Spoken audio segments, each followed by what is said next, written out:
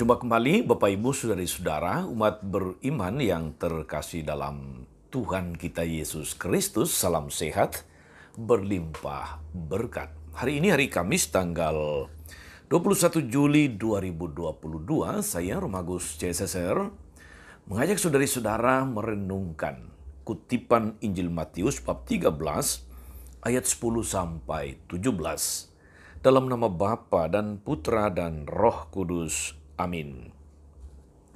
Setelah Yesus menceritakan perumpamaan tentang seorang penabur, murid-muridnya bertanya kepadanya, "Mengapa engkau berkata-kata kepada mereka dalam perumpamaan?" Jawab Yesus, "Kepadamu diberi karunia untuk mengetahui rahasia kerajaan sorga, tetapi kepada mereka tidak. Karena siapa yang mempunyai kepadanya akan diberi, sehingga ia berkelimpahan. Tapi siapa yang tidak mempunyai apapun juga yang ada padanya, akan diambil daripadanya. Itulah sebabnya aku berkata-kata dalam perumpamaan kepada mereka, karena sekalipun melihat, mereka tidak melihat, dan sekalipun mendengar, mereka tidak mendengar dan tidak mengerti. Maka pada mereka genaplah nubuat Yesaya yang berbunyi, kamu akan mendengar dan mendengar namun tidak mengerti. Kamu akan melihat dan melihat namun tidak menanggap. Sebab hati bangsa ini telah menebal dan telinganya berat mendengar. Dan matanya melekat tertutup, supaya jangan mereka melihat dengan matanya dan mendengar dengan telinganya dan mengerti dengan hatinya, lalu berbalik sehingga aku menyembuhkan mereka. Tetapi berbahagialah matamu karena melihat dan telingamu karena mendengar. Sebab aku berkata kepadamu, sesungguhnya banyak nabi dan orang benar ingin melihat apa yang kamu lihat, tapi tidak melihatnya. Dan ingin mendengar apa yang kamu dengar, tetapi tidak mendengarnya. Demikianlah sabda Tuhan. Bapak Ibu Saudari-saudara, umat beriman yang terkasih dalam Tuhan kita Yesus Kristus.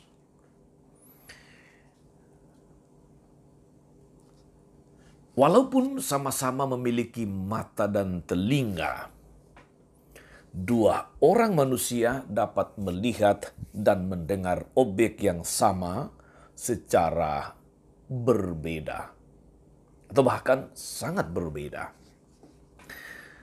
Ketika menyaksikan sebuah lukisan misalnya, yang satu mengatakannya sebagai lukisan yang sangat indah, sedangkan yang lain mungkin akan mengatakannya tidak menarik sama sekali. Yang satu mengaguminya dan yang lain malah mencelahnya. Saudari-saudara, umat beriman yang terkasih dalam Tuhan. Demikian pun halnya dengan Yesus dan seluruh ajaran-ajarannya.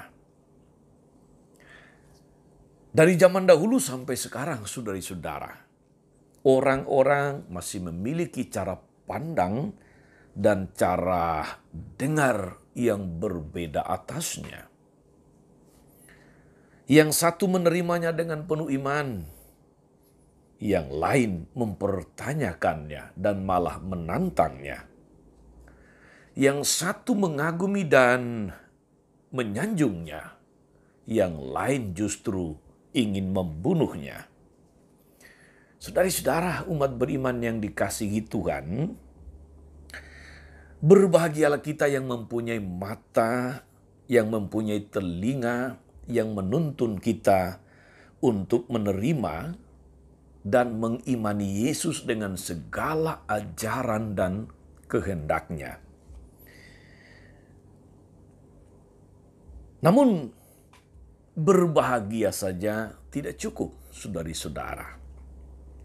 Yang lebih penting, yang dituntut dari kita oleh Yesus adalah bahwa kita terus-menerus memperbaharui diri, memperbaharui iman kita, terbuka untuk belajar dari yang lain.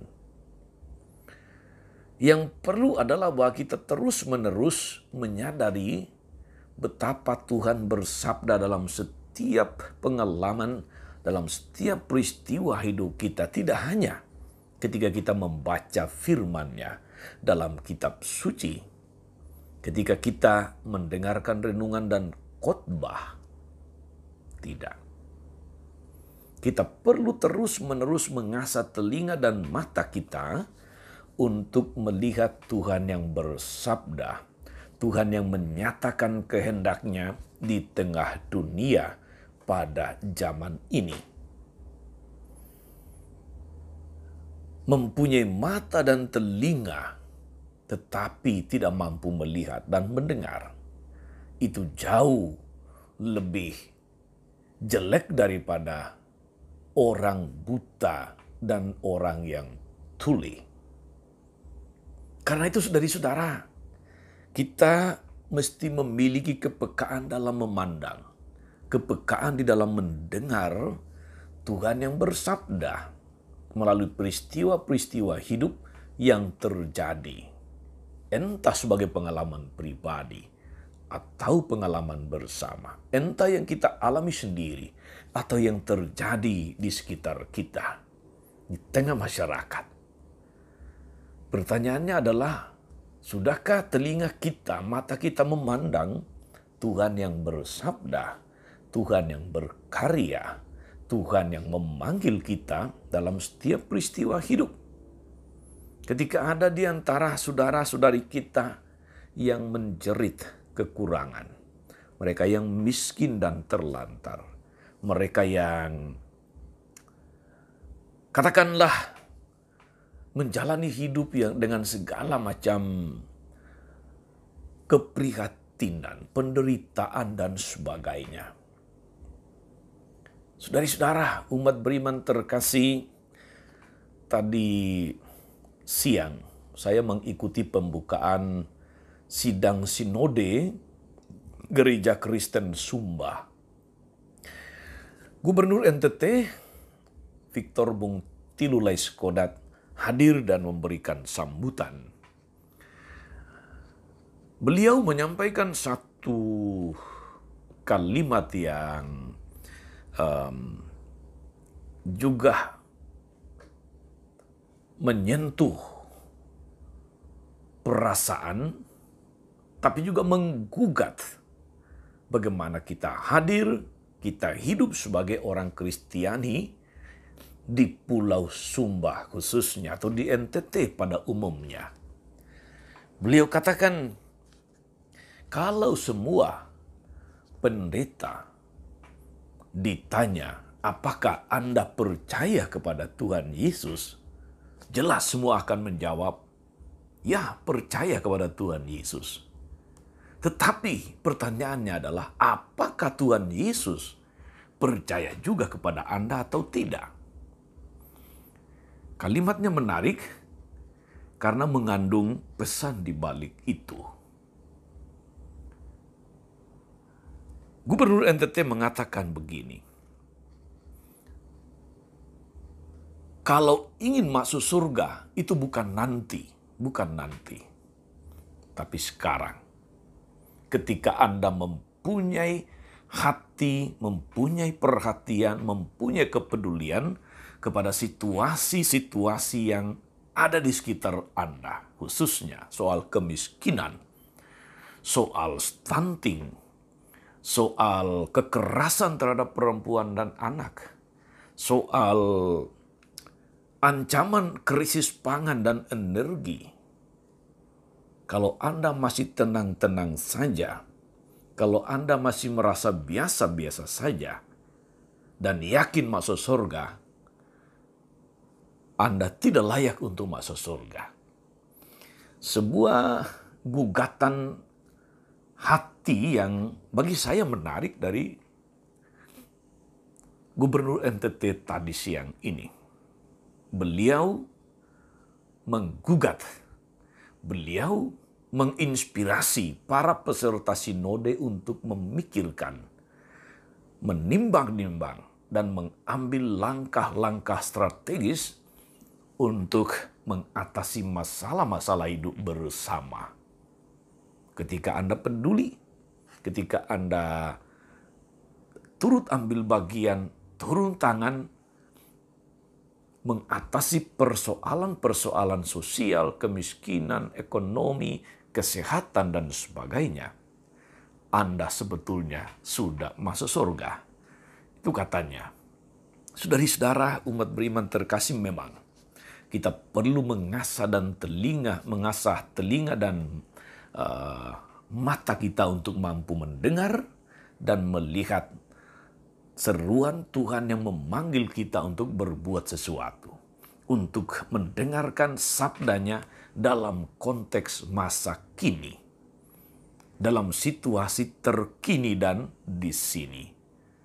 Berbahagialah mata yang melihat dan telinga yang mendengar. Tuhan Yesus memberkati. Maria Bunda selalu menolong, setia mendoakan kita semua. Amin.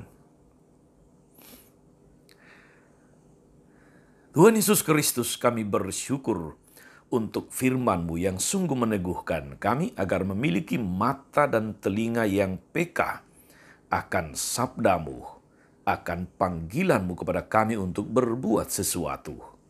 Tambahkanlah iman kami agar kami sanggup melihat dan mendengar kehadiran-Mu dalam diri orang lain yang berbeda dengan kami, dalam diri mereka yang sungguh membutuhkan kepedulian, solidaritas, dan pertolongan yang nyata. Terpujilah nama-Mu sepanjang segala masa. Amin.